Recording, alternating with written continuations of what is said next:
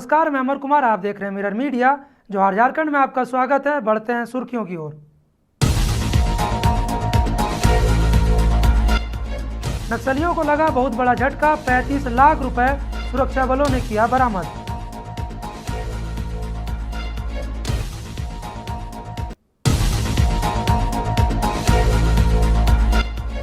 धनबाद में राष्ट्रपति के दौरे से पहले एसएसपी ने पुलिस लाइन का लिया जायजा, कहा तैयारी पूरी।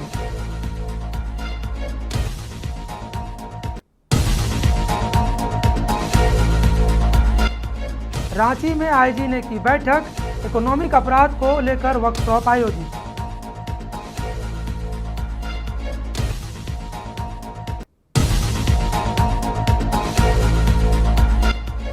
रांची के नामकुम सब स्टेशन डकैती कांड का खुलासा, 9 आरोपी गिरफ्तार।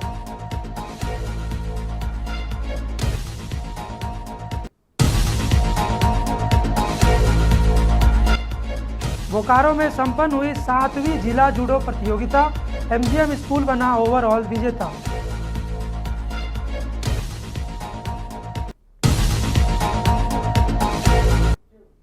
अब खबरें विस्तार से। झारखंड के चाईबासा जिले में नक्सलियों को बहुत बड़ा झटका लगा है। हथियार और गोला बारूद खरीदने के लिए नक्सलियों द्वारा जमा किए गए 35 लाख रुपए को सुरक्षा बलों ने बरामद कर लिया। दरअसल कराईकेला के जंगली क्षेत्र में झारखंड जगुआर और केंद्रीय बलों के जवानों ने सटीक सूचना के आधार पर नक्सलियों के द्वारा डंप किए गए 35 लाख रुपए बरामद किए हैं। रांची रेंज के आईजी मनोज कौशिक ने बताया कि सुरक्षा बलों को यह जानकारी मिली थी कि नक्सली हथियार खरीदने के लिए पैसा जमा कर रहे हैं। इसी सूचना पर कराईकेला इलाके में सर्च अभियान चलाया गया। सर्च अभियान के दौरान जंगली क्षेत्र में छिपा कर रखे गए 35 लाख रुपए बरामद किए गए। चाईबासा में आज एक बहुत महत्वपूर्ण माओइस्ट फाइनेंसिंग का जो मॉड्यूल है उसके तहत रिकवरी हुई है। 35 लाख रुपए के करीब अमाउंट है, उसकी अभी एक्चुअल गिनती अभी चल ही रही है। 35 लाख के रुपए के करीब अमाउंट है जो कि डंप करके नक्सलियों ने एक जगह पे रखा था। तो स्पेसिफिक इनपुट पे एसपी चाईबासा ने सुरक्षा बलों के साथ, जगुआर के साथ, सीआरपीएफ के साथ आज सुबह में एक अभियान लॉन्च किया, तो जिसमें ये रिकवरी हुई। और एज पर इनपुट ये जो पैसा था तो ये सिक्योरिटी फोर्सेस के अगेंस्ट एक्सप्लोसिव्स वगैरह खरीदने के लिए माओइस्ट ने डंप किया था। तो ये बहुत बड़ा एक अचीवमेंट है चाईबासा। ये चाईबासा पुलिस के ही तहत कराईकेला थाना अंतर्गत जो है ये रिकवरी में। बाकी धनबाद के पुलिस लाइन परेड ग्राउंड में रविवार को राष्ट्रपति के दौरे से पहले काम का जायजा लेने के लिए एसएसपी प्रभात कुमार पहुंचे। इस दौरान परिसर के अंदर चल रहे मरम्मतीकरण और सौंदर्यीकरण कार्य का निरीक्षण किया। इसके साथ ही पुलिस लाइन के बाहर हो रहे पेंटिंग का भी निरीक्षण किया। शहर में लगाए जा रहे बैरिकेडिंग को लेकर उन्होंने कहा कि राष्ट्रपति के संभावित दौरे को लेकर जगह जगह बैरिकेडिंग लगाने का काम किया जा रहा है। उनके रूट में इसे लगाने का काम किया जाएगा। इसके अलावा उन्होंने कहा कि पूरे शहर में 1000 बैरिकेडिंग लगने हैं, इसमें 250 लगाए जा चुके हैं। हर रोज़ 25 बैरिकेडिंग लगाने का काम किया जा रहा है। आने वाले दिनों में जैसे जैसे और बनते जाएंगे वैसे वैसे लगाए जाएंगे। फिलहाल राष्ट्रपति के दौरे को लेकर विशेष ध्यान दिया जा रहा है। जगह काम चल रहा है और 15 अगस्त को लेकर के भी तैयारी हो रही है, तो उसी काम का निरीक्षण किया गया। साथ में ये जो रोड है ये माननीय राष्ट्रपति महोदया के जो रूट लाइन है उसमें भी आता है, तो रोड का भी निरीक्षण, रोड के अगल बगल साफ सफाई उसका भी निरीक्षण किया गया है। कोई काम का प्रोग्रेस क्या है वही देखा जा रहा है। क्या कुछ दिख रहा है सर, जैसा आपने निरीक्षण किया कुछ दिखा होगा कुछ बेहतर करने को? नहीं, बिल्कुल जैसा आप देख रहे हैं लगातार अभी जो बैरियर बन रहा है, तो पूरे जिला में 1000 बैरियर लगवाना है, जिसमें अभी तक 250 लगा है, 750 और है, तो डेली कम से कम 25-30 बैरियर नया बन रहा है। पुलिस लाइन में परेड ग्राउंड में एक परमानेंट जो झंडा का मंच होता है वो बनवाया जा रहा है, तो उसको भी 15 अगस्त से पहले फिनिश करना। रांची में रविवार को जोनल आईजी की अध्यक्षता में बैठक आयोजित की गई। इस दौरान संगठित अपराध, साइबर क्राइम और इकोनॉमिक अपराध को लेकर वर्कशॉप भी आयोजित की गई। वर्कशॉप में जिले के सभी पुलिस अधिकारी और पदाधिकारी मौजूद रहे।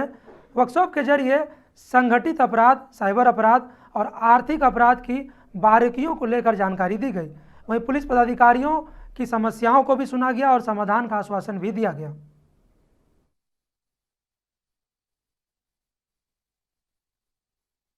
रांची पुलिस के पदाधिकारियों का आज एक दिन का वर्कशॉप हम लोग आज ऑर्गेनाइज किए।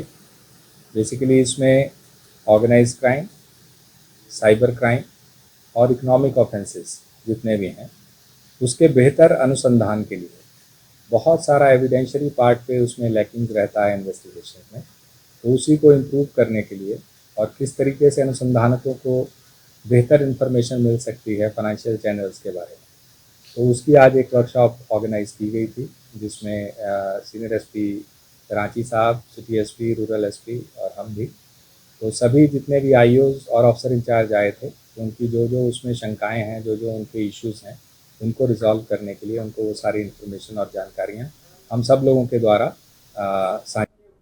रांची के नामकुम थाना क्षेत्र में हुई भीषण डकैती की गुत्थी को सुलझाते हुए पुलिस ने बड़ी सफलता हासिल की है। संचरण केंद्रीय भंडार सब स्टेशन में 15 जुलाई की रात हथियारबंद बदमाशों ने कर्मचारियों और सुरक्षाकर्मियों को बंधक बनाकर डकैती की थी। इस वारदात में शामिल 9 अपराधियों को गिरफ्तार कर लिया गया है।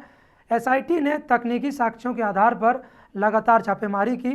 इस दौरान पकड़े गए अपराधियों से डकैती में प्रयुक्त tempo, cutter machine, copper strip, plate angle, connector और 9 मोबाइल फ़ोन बरामद किए गए। पुलिस के अनुसार इन अपराधियों ने डकैती में लूटे गए कॉपर को कबाड़ी दुकानों में बेचकर रुपयों की बांट कर ली थी। मुख्य साजिशकर्ता दिनेश लोहरा ने पूछताछ में स्वीकार किया कि उसने अपने 10 साथियों के साथ मिलकर इस पूरी घटना को अंजाम दिया। वहीं कबाड़ी दुकानदारों और खरीदारों के खिलाफ भी सख्त कार्रवाई करने की बात कही गई है। तो नामकुम पावर ग्रिड में एक डकैती की घटना घटी थी जिसमें वहाँ के सुरक्षाकर्मी को बंधक बनाकर लूटा गया था। तो इसका इन्वेस्टिगेशन जो है डीएसपी 1 अमर पांडे के नेतृत्व में, इसमें थाना प्रभारी मनोज और जो नामकुम थाने के जो 2 सब इंस्पेक्टर हैं, इसके अलावा और भी टीम के लोग थे, एक एसआईटी भी गठित की गई थी और कांड का पूर्ण उद्भेदन हो गया। पता चला कि वहाँ पर घटनास्थल पे 11 अपराधी गए थे और उन अपराधी में से 9 अपराधी गिरफ्तार हो चुके हैं। इसके अलावा जो उनका रिसीवर है वो भी गिरफ्तार हो चुका है। तो इन लोग इसमें अधिकतर जो है वो लोकल मेंबर्स हैं। इसमें जितेंद्र लोहरा, दिनेश लोहरा नाम का आदमी था जिसने इस क्राइम को ऑर्गेनाइज किया। ये पहले भी जो है रामगढ़ जिले से जेल जा चुका है और ये पहले भी कहता कि छोटी मोटी चोरी उस कैंपस से करता था, पर देखा वहाँ सामान ज़्यादा है तो इसने पूरा एक गैंग बनाया। अपने ऑटो से ही गया वो और उस ऑटो पर ही सामान को चोरी करके लाया। उसके बाद इसने जो है यहाँ पे लोकल रिसीवर अरगोड़ा का दीपक सोनी है, उसको इसने सामान दिया। दीपक सोनी ने 1,73,000 रुपया उसको इस सामान का कीमत दिया। उसका दीपक सोनी उस सामान को लेकर पटना में भेजा गया और वहाँ बर्तन की फैक्ट्री है जहाँ पर बेचकर उसने 4 लाख रुपया अपने अकाउंट में मंगवाया और वो पटना में जो रिसीवर है वो भी अरेस्ट हो गया है। तो कुल मिलाकर अभी तक 9 गिरफ्तारी हुई है। बाकी जो 2-3 फरार हैं उसके लिए गिरफ्तारी की छापेमारी जारी है। जो ऑनलाइन ट्रांजेक्शन हुआ है उसका भी एविडेंस हमारे पास है और पूरी तरह से केस का खुलासा हो गया है। हाँ, इसमें जो है फुरकान मलिक करके है जिसका पुंदाग में कबाड़ी है। एक हमने कहा दीपक कुमार सोनी है, ये भी कबाड़ी वाला है। तो 2 हैं जो इसमें रिसीवर। बोकारो में खेल भावना और अनुशासन के साथ जूडो का जलवा देखने को मिला। बोकारो जूडो संघ द्वारा आयोजित 7वीं जिला स्तरीय जूडो प्रतियोगिता का आयोजन 26 और 27 जुलाई को डीएवी पब्लिक स्कूल सेक्टर 6 में हुआ। इसमें जिला के सरकारी और निजी स्कूलों से 500 से अधिक छात्र छात्राओं ने भाग लिया। समापन समारोह में डीएवी स्कूल की प्राचार्य अनुराधा सिंह, बोकारो जूडो संघ अध्यक्ष विनय आनंद, एमजीएम स्कूल के फादर डॉक्टर जोशी वर्गेश और हेड मिस्ट्रेस सपना जोशी सहित कई विशिष्ट अतिथि मौजूद रहे। मंच से बच्चों को खेल भावना के साथ अनुशासित जीवन जीने का संदेश दिया गया। प्रतियोगिता में शानदार प्रदर्शन करते हुए 413 अंकों के साथ एमजीएम स्कूल ओवरऑल चैंपियन बना। वहीं 271 अंकों के साथ बोकारो मार्शल आर्ट एकेडमी दूसरे और 236 अंकों के साथ जीजीपीएस सेक्टर 5 तीसरे स्थान पर रहा। ये जो मेरे यहाँ 7th Bokaro district judo association के तहत जो जूडो चैम्पियनशिप हो रहा है, इसमें जो मैंने बच्चों का प्रदर्शन देखा ये आला दर्जे का था। बच्चों के साथ साथ उनके पेरेंट्स का उत्साह देखने लायक था। कोचेज अपना बहुत अच्छा काम कर रहे हैं और ये तो है डिस्ट्रिक्ट लेवल की चैंपियनशिप और यहाँ से आगे बच्चों का स्टेट और नेशनल लेवल का रास्ता खुल के आएगा।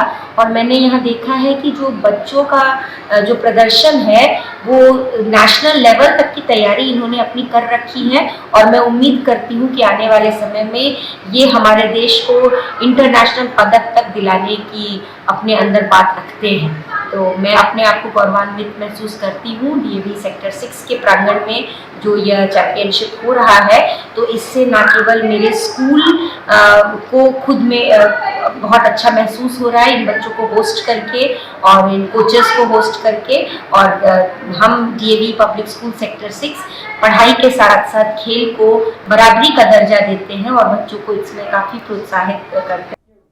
बाघमारा में अवैध खनन के दौरान चाल धंसने मामले में मृत मजदूरों के शव को रेस्क्यू करने की प्रक्रिया लगभग 100 घंटे से जारी है। इसके बाद भी कोई सुराग नहीं मिल सका है, जबकि शव को निकालने के लिए एनडीआरएफ की टीम के साथ साथ बीसीसीएल की रेस्क्यू विभाग के अधिकारी भी और कर्मचारी भी लगे हुए हैं।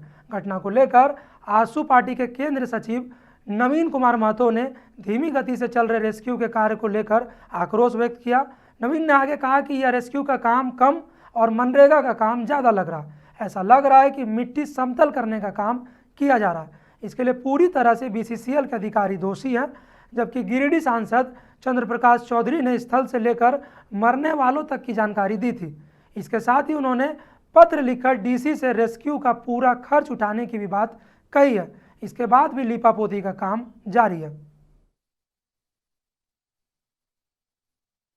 भैया देखिए, मनरेगा जैसा जेसीबी लोग लगाया है, सब परेशान है, बिचल के कर्मी परेशान है, सीआई सब परेशान है, एनडीआरएफ के लोग परेशान है, आप लोग परेशान हैं, हम लोग परेशान हैं।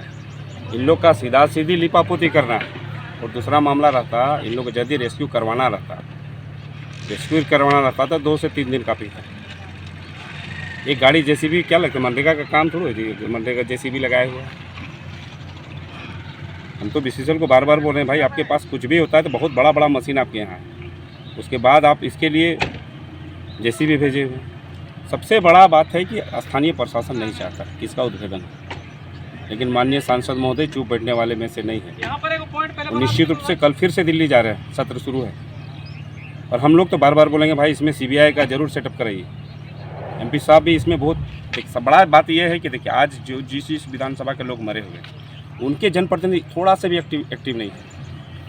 अब इस टुंडी के लोग को लग रहा है कि यहाँ पे मथुरा बाबू को अभी कुछ नहीं बोले, जामताड़ा के लोग यहाँ मरे हुए हैं, उनका लिस्ट आया है, इरफान जी कुछ नहीं बोल रहे हैं, मंत्री भी हैं, दमदार मंत्री झारखंड सरकार में।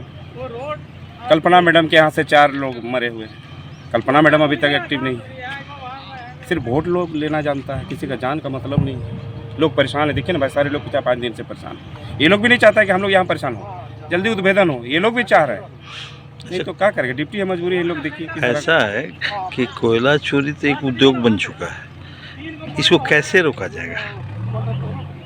बड़ा बात है, अभी हम लोग एमपी साहब जिस बात पे सीरियस है, कोयला चोरी तो भाई सरकारें चला रहा है, ठीक है। इरफान जी का क्षेत्र के जान चला गया, प्रेस में बाइट दे रहे हैं कि बीजेपी चोरी करवा रहा है। आपके क्षेत्र का मजदूर यहाँ मरा हुआ है, इसका चिंता नहीं, उसका शव उसके घर वाले को कैसे सुपुर्द करे, इसका चिंता नहीं है। चिंता ये होना चाहिए, आज तो चिंता ये होना चाहिए कि इन लोग का शव कैसे मिले, घर वालों को सुपुर्द कर दे, कम से कम घर वाले लोग देखें, इसका अंतिम दर्शन करें और अंतिम संस्कार करें, ताकि उन लोग का भी और उनके आत्मा का भी शांति मिल सके। एमपी साहब के क्षेत्र के लोग नहीं है, फिर भी वो लगे हुए। और मैं पहला नेता ऐसा है, हमको लगता है विनोद बाबू के बाद चंद्र प्रकाश चौधरी जी ऐसा नेता है जो थाना में बैठते हैं, थाना में खाना खाएं, वो भी देखें, इतना सिंसियर इस, और वाकई में ये मामला ही गंभीर मामला है। इस मामला पे हमेशा वो चिंता करते रहते हैं, एनी टाइम 24/7 इस पर चिंता की कैसे हम लोग लाश निकलवाएं। उस घर वाले लोग गुहार कर रहे हैं बार बार एमपी साहब को कि सर हमको कम से कम हम लोग को डेड बॉडी कम से कम दिलवा दीजिए। इसलिए मैं कहूँगा कि भाई इस पर त्वरित कार्रवाई करें, नहीं तो एमपी साहब चुप बैठने वालों में से नहीं है। और हम लोग आजसू पार्टी भी देखिए आने वाले दिन में बहुत तरीके से और संवैधानिक तरीके से इस कोयला माफिया के खिलाफ में हम लोग आंदोलन करेंगे। बाघमारा जो माफियाओं का गढ़ बना है, इस माफिया का गढ़ को हम लोग। जोहार झारखंड में आज के लिए इतना ही। देखते रहिए मिरर मीडिया।